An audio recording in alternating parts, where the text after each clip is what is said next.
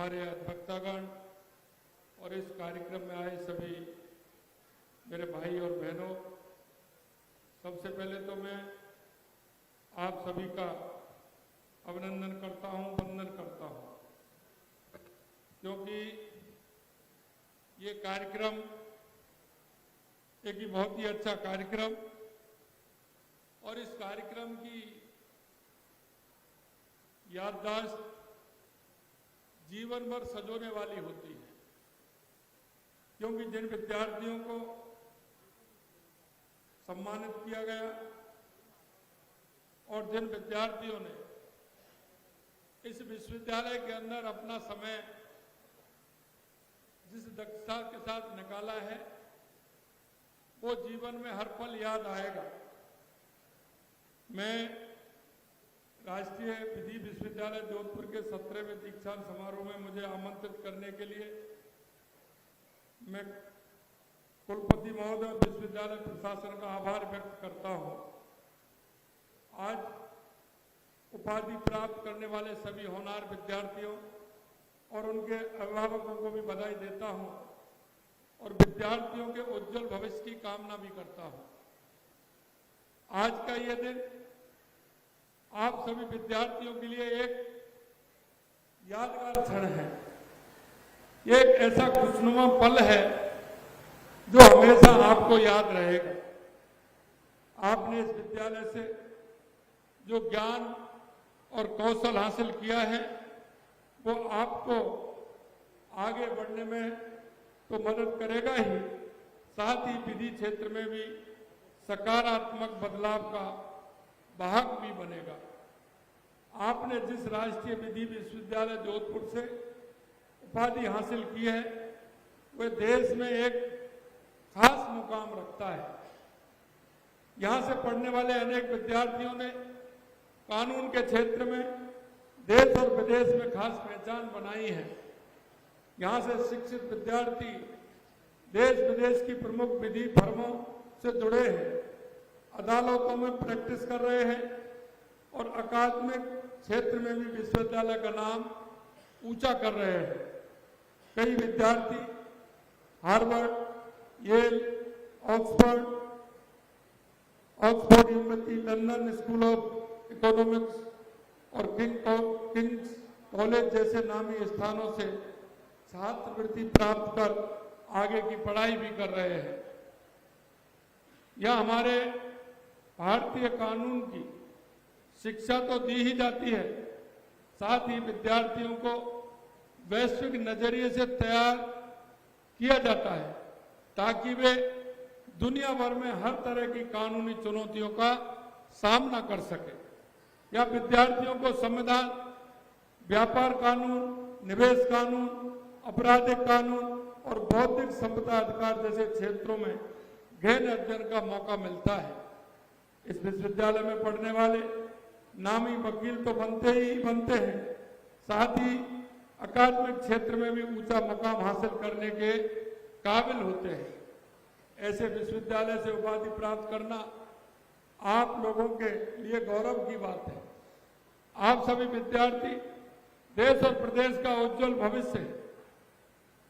मैं आपसे यही कहना चाहूंगा कि आप इस डिग्री को अपनी एक उपलब्धि के साथ ही एक महती जिम्मेदारी भी माने, क्योंकि कोई भी काम करने से पहले हमें उसकी जिम्मेदारी समझना आवश्यक होता है। अगर हमने उसकी जिम्मेदारी समझ ली तो निश्चित रूप से हम उस रास्ते पर चलेंगे जिस रास्ते को इस देश को और देश की जनता को आपसे आशा और उम्मीद है। जब आप ये पेशेवर जीवन में कदम रखेंगे तो आपको कदम कदम पर याद रखना होगा कि आपने अपने देश और समाज के लिए कुछ अच्छा करने की शिक्षा ली है। आपको समाज में न्याय की रक्षा और न्याय के प्रसार के लिए काम करना है। इसके लिए केवल कानून की शिक्षा ही काम नहीं आएगी, आपको जीवन के सूत्र सीखने होंगे। आपको एक गहरी समझ, संवेदनशीलता और सामाजिक दृष्टिकोण अपनाने की भी आवश्यकता है। हम मानते हैं कि कानून की डिग्री लेकर के हम उसको पालना करते हैं, लेकिन जब तक हमारी संवेदनाएं व्यक्ति के प्रति, समाज के प्रति हमारी संवेदनाएं नहीं होंगी तो हम ठीक प्रकार से हमारे उस काम को नहीं कर पाएंगे। एक अच्छा वकील वह है जो कानून का ज्ञाता होने के साथ ही समाज के कमजोर वर्ग की आवाज बनता है। और हमें कमजोर वर्ग की आवाज बनने के लिए यह आवश्यकता है कि हम समाज के उस भाव को पहचानें, समाज की उस संवेदनशीलता को हम पहचानें। वकील का पेशा गरीब और वंचित वर्ग की सेवा के लिए एक बहुत बड़ा अवसर लेकर आता है। मुझे पूरा भरोसा है कि आपको जब भी मौका मिलेगा गरीब और वंचित वर्ग को न्याय दिलाने में हमेशा आगे रहेंगे। आप उस पेशे से जुड़े हैं जिसने अनेक महान राष्ट्र निर्माता दिए हैं। हमारे संविधान के निर्माण में भी वकीलों की महत्वपूर्ण भूमिका रही है। हमारे संविधान के मुख्य शिल्पी बाबा साहब भीमराव अंबेडकर भी वकील थे। उनके द्वारा दिए गए भारत के संविधान के लिए हमारा राष्ट्र उनका ऋणी है। मुझे भरोसा है आप अपनी शिक्षा और कौशल से समाज में सकारात्मक बदलाव लाने का काम करेंगे। आप तो भारत की महान न्याय परंपरा के वाहक हैं। जिस भी राष्ट्रीय या अंतर्राष्ट्रीय मंच पर जाएं वहां अपने ज्ञान के साथ अपने मूल्यों, अपनी ईमानदारी और अपनी मेहनत से अपनी पहचान बनाएं, ये बहुत आवश्यक है। हमारी न्याय व्यवस्था हजारों वर्ष पहले भी दुनिया में अपनी एक विशिष्ट पहचान रखती थी। हमारी न्याय व्यवस्था का मूल में यह था कि किसी भी पीड़ित के साथ अन्याय ना हो और हम सभी को न्याय मिले। आज हमारे यहाँ न्याय का शासन सुनिश्चित करने के लिए दुनिया का सबसे बड़ा लिखित संविधान है। समय समय पर नए कानून बन रहे हैं और जरूरत के मुताबिक संशोधन भी हो रहे हैं। हाल में हमारे यशस्वी प्रधानमंत्री श्री नरेंद्र मोदी जी के नेतृत्व में केंद्र सरकार के प्रयासों से 3 नए आपराधिक कानून लागू हुए हैं। 1 जुलाई 2024 से भारतीय न्याय संहिता, भारतीय नागरिक सुरक्षा संहिता और भारतीय साक्ष्य अधिनियम के रूप में 3 नए प्रभावशाली कानून लागू किए गए हैं। इन तीनों आपराधिक कानूनों के माध्यम से आपराधिक न्याय प्रणाली को और अधिक पारदर्शी, त्वरित और प्रभावी बनाकर पीड़ितों को शीघ्र न्याय दिलाने की व्यवस्था की गई है। प्रदेश में हमारी सरकार ने भी इन नई विधियों को लागू करने के लिए बड़े पैमाने पर कदम उठाए हैं और कानूनों का समुचित कार्यान्वित सुनिश्चित किया है। हमारी सरकार देश में गुणवत्तापूर्ण शिक्षा के लिए भी प्रतिबद्धता से काम कर रही है।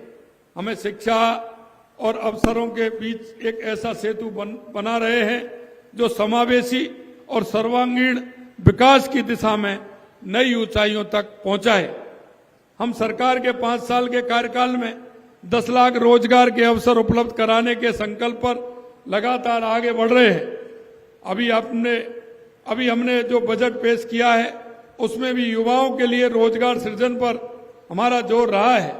आगामी वर्ष में हम 1,25,000 सरकारी और 1,50,000 निजी क्षेत्र में रोजगार के उपलब्ध कराएंगे। युवाओं को प्रशिक्षण, इंटर्नशिप, रोजगार की योजनाओं के माध्यम से समुचित अवसर प्रदान करने के लिए राजस्थान रोजगार नीति 2025 ला रहे हैं। मुझे इस बात की बहुत खुशी है कि आज प्रदेश में युवाओं की उम्मीदों को पूरा करने वाला माहौल तैयार हुआ है। आज राजस्थान में पारदर्शिता से भर्तियां हो रही हैं और प्रदेश का परिश्रमी योग्य युवा तेजी से आगे बढ़ रहा है।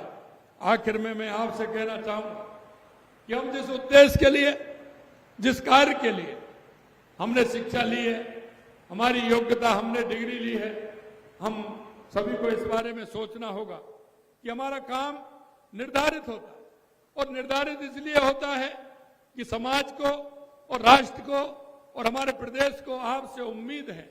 और उम्मीद यह होती है कि हमारा युवा पढ़ा लिखा होगा।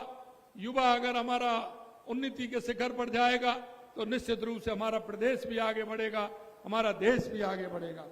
आखिर में मैं सभी प्रतिभाशाली विद्यार्थियों से यही कहना चाहूंगा कि आप केवल अपनी व्यक्तिगत लक्ष्यों तक सीमित ना रहें, अपने समाज के प्रति अपनी जिम्मेदारी को समझें और अपने ज्ञान का इस्तेमाल एक बेहतर, समृद्ध और सशक्त देश और प्रदेश बनाने में करें। मुझे पूरा विश्वास है कि आप सभी अपने मिशन में सफलता प्राप्त करेंगे और अपने देश और प्रदेश का नाम रोशन करेंगे। मैं इस अवसर पर एक बार फिर से आप सभी के उज्जवल भविष्य की कामना करता हूं, आपको शुभकामनाएं देता हूं। और हमारी जो ये यूनिवर्सिटी है, राजस्थान विधि विश्वविद्यालय, इसका जो नाम है पूरे देश के अंदर है। निश्चित रूप से जो इसमें प्रतिभागी निकलते हैं, आगे हमारे देश और प्रदेश का गौरव है, वो हमारा नाम बढ़ाते हैं। उन्हें आप सभी को मैं बहुत बहुत शुभकामनाएं देता हूं। इतना जरूर मैं कहना चाहता हूं कि बजट में भी हमने विधि विभाग और न्यायालयों से संबंधित हमने कार्य किए हैं।